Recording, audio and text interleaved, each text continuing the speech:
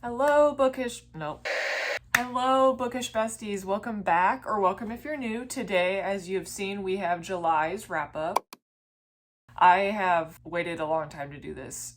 It is currently August 13th, so I have kind of been behind on these a little bit, but July was a very good reading month for me. I did end up reading 12 books this month. I usually read about 8 to 10 or so, I think. So I think this is the most I've had all year. We will go through these and I will let you know what we got going on. All right, so when I go through these are no particular order.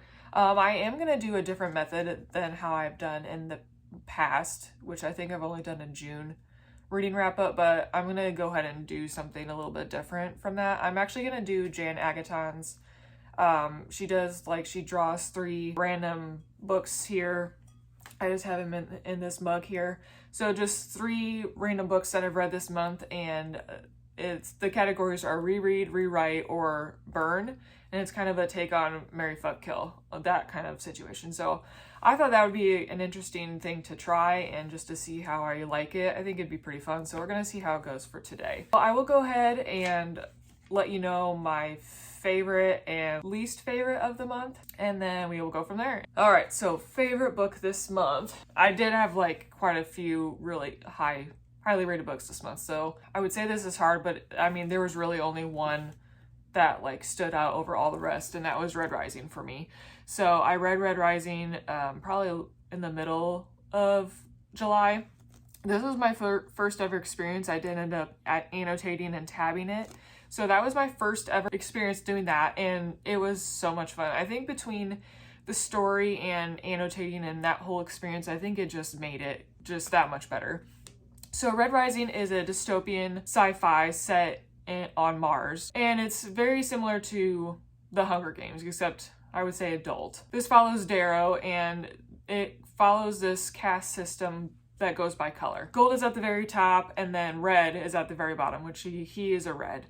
So him and his people are living under the surface of Mars, and they think they are pioneers because they are drilling for and harvesting this substance that is supposed to help terraform planets for the empire that they're a part of, so that way they're habitable for humans. Well, come to find out through a different couple ways that people have been living on the surface of Mars for generations, and basically the red caste system has just been basically be slaves is pretty much what it is. So Darrow finds this out, that he's basically a slave. He wants to bring this empire down from within and at the very top. So they have what's called the Institution, where they have all the golds enter this competition that's kind of like the Hunger Games scenario. So that's basically just to be able to see, it's a competition to show which people are best for sponsoring in their endeavors as far as politics, war, stuff like that. So that's kind of what that is for. So that is Red Rising. I definitely need to read the next one as soon as possible. This was really, really good. So yes, this was definitely 5 stars, maybe even a 6 star. I know that doesn't exist, but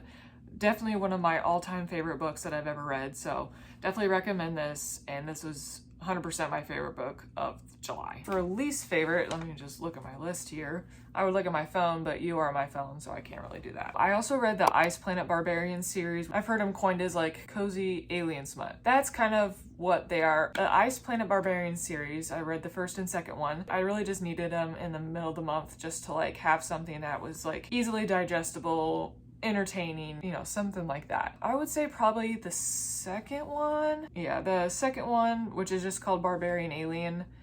I gave 4 stars, but I probably rounded down to 3.75 stars for that book. It was just something to read and get through that was easy to digest and power through. And it was, they're not very long either, so that was really nice. All right, so for July, I did read 12 books, and then I read 4,598 pages total, and an average star rating of 4.42. I read 4 ebooks, 2 audiobooks, and 6 physical books, so I had a pretty good month. I will go ahead and pull 3 out of this jar here that has all the books I've read for this month. The categories are reread, rewrite, and then burn. So they're kind of self-explanatory. Okay, Caraval, which I did read for another reading blog, Daughter of No Worlds, and Ice Planet Barbarians. Caraval, I did it for a reading blog. There are 3 books in this series. I did a reading blog on 2 of them so far, so I still have to read the 3rd one. But it's like a magical world where there's this game that is hosted once a year that people can play in, and the winner gets a wish.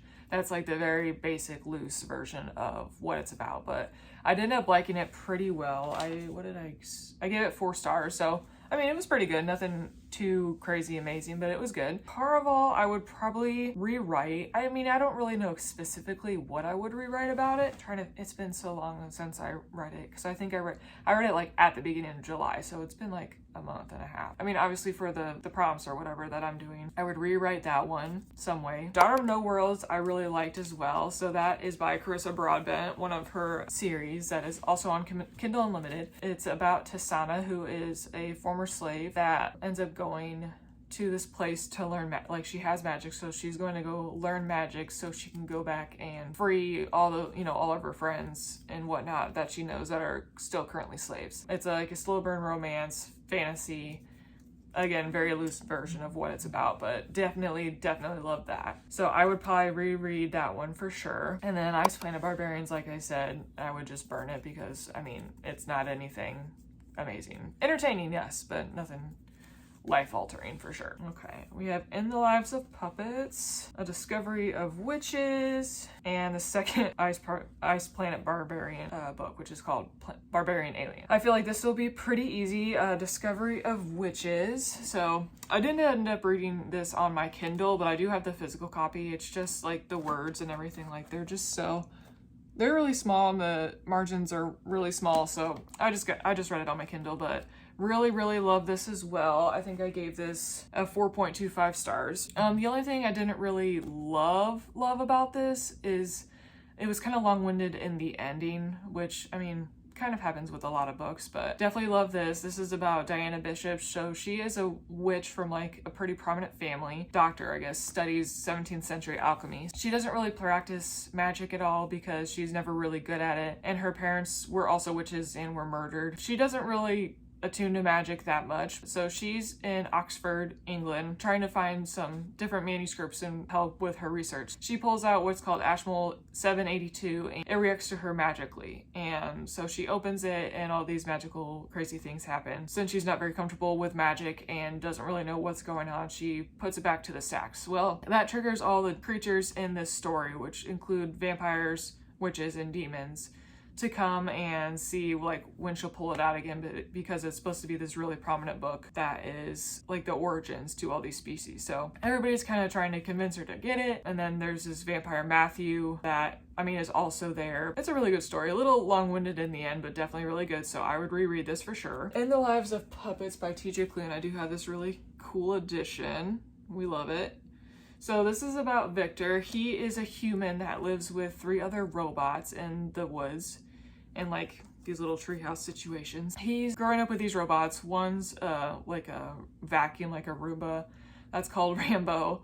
Nurse Ratchet is like a nursing robot and she's kind of crazy. And then Geo is like his father. So, and he's an android that like creates things. He's just living his merry little life, and one day he comes upon this android in this trash heap that he finds and fixes up and kind of sets things in motion that kind of change everything that he's ever known and puts it on its head. So I was really excited to read this because I really liked TJ Klune's books. This one kind of fell flat for me though. I think I just had too high of hopes and it just didn't hit like I thought it would. So I think I gave it like a 4.25 stars. Yeah, 4.25 stars. And I think I probably give it like a 4 actually. I really need to think about all these ratings when I do them. I would rewrite this one. So Victor's asexual and there's just a lot of like sexual jokes in it that, I don't know, like just felt kind of off to me, but I'm sure it was like to bring up the fact that he was like an asexual person. I would probably rewrite that somehow. I know it was kind of needed, but I don't know. I just felt it was kind of weird. So I would rewrite that. And then Alien or Barbarian Alien, which is the second Ice Planet Barbarians, I would burn, obviously, for the same reason as I said for the last book, and like the first book in the series. Oh, reading 12 books actually worked out because we have exactly 3 for each one. All right, we have Killer Instinct, Sing Me to Sleep, and Legendary. Killer Instinct, which I have here, So this is the second book in the Natural series by Jennifer Lynn Barnes. It is basically criminal minds, but make them teenagers. I really like that kind of stuff, so I read the first book, The Naturals, in one singular day. Like, it was so easy to digest, it was very interesting, very compelling, super, super fun. This book follows like a different person in like their little group of the Naturals. So I would probably rewrite this one just based on what we got going on for this set of books that I pulled out. And again, I don't really know what I would rewrite about this because it was really, really good. What did I give it? I think I gave it a 4. Yeah, I gave it a 4 stars. I mean, it was very good. It just didn't have that 5-star feeling, basically. So I would rewrite this somehow. I don't know what I would rewrite it with. And then we have Sing Me to Sleep.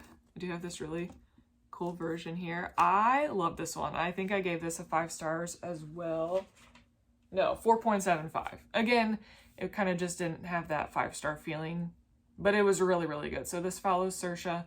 She is a black siren in this kingdom where her existence is illegal, and she takes it upon herself to take a job that is a guard for the prince. She's trying to guard the prince, and she's also trying to keep, like, she just has a bunch of secrets that she's keeping. She's very protective of her little sister, Rain. It was really, really good. So I think this was slated for, like, it was set up to have, like, a second book. So hopefully that comes out soonish, but definitely really, really like this one. The world building and the plot and everything was super interesting to me, I think. The only thing I didn't love about it is that, like, while she really, like, loves her sister, Rain, like, she brings it up constantly. So that was kind of annoying to me. I think a little bit less of that would have been nice, but I would reread this one for sure. And then Legendary, which is the second book in the Caraval series, I guess I would burn. I mean, I like that one too. I just didn't like it as much as the other ones. And that follows Donatella, which is the sister of the main character in Caraval. They're playing the game. Caraval is the name of the game that they're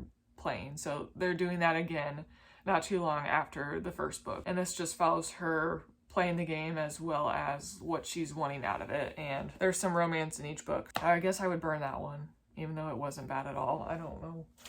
What did I give it? If I didn't have this piece of paper, I'd be screwed. Legendary, I gave 4.25. So I guess I liked it a little bit more than Caraval just because I think I connected with the main character Donatella more as far as like main characters go. So I guess I'll burn that one, even though it was, it was still really good. I really enjoyed it as well. Last 3 here. All right, Daisy Jones and the Six, Red Rising, and Twilight. Balls. This is a hard one. Okay. Well, reread definitely Red Rising, I suppose.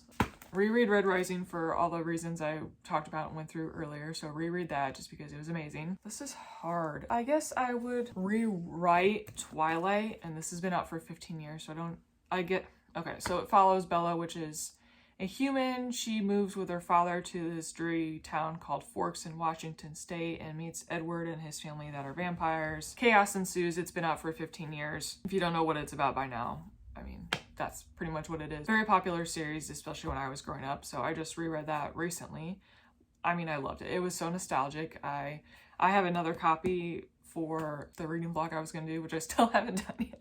I'm not going to talk about that. That other copy I did end up annotating and tabbing and whatnot, but it's such a nostalgic read, and I loved it. I gave it 5 stars. Nostalgia played a really big part in that, as well as like annotating it, which was super, super fun. So I guess I would rewrite this for like an adult audience. So this is obviously YA romance, and just being an adult now, like having a little bit more adult aspects, points to the plot would have been a little bit more fun. So rewrite this one. And then Daisy Jones and the Six, I did do audibly. So that was really fun experience just because it is set up at like an interview style. And Daisy Jones and the Six are like fictional band in the 70s that follows like their rise to fame, inner like relationships between each other, just, you know, goes through sex, drugs, rock and roll, that whole thing in the 70s that was obviously real. So it just goes through that. I guess I would burn that one. I did like that as well. A little bit long-winded again in the end, I guess, just a tad. But I did end up liking it a lot. I would probably give it like 4.5 stars. I think I gave it 5 stars initially. Yeah, I gave it 5 stars initially, but probably more like 4.5 looking back now. So I guess I would burn that one just because I don't have any other choice. I think we got through everything. Yeah, that was really fun. Those are all 12 books that I read in July. Let me know in the comments down below what books you read, which one was your favorite, least favorite, anything you want to tell me about what you read in July. Sorry it took so long to get this out. But anyway, like, comment, subscribe if you'd like to. I really appreciate it. You guys watching the videos. Let me know what kind of content you would like to see more down below, and I will see you guys in the next video. Bye!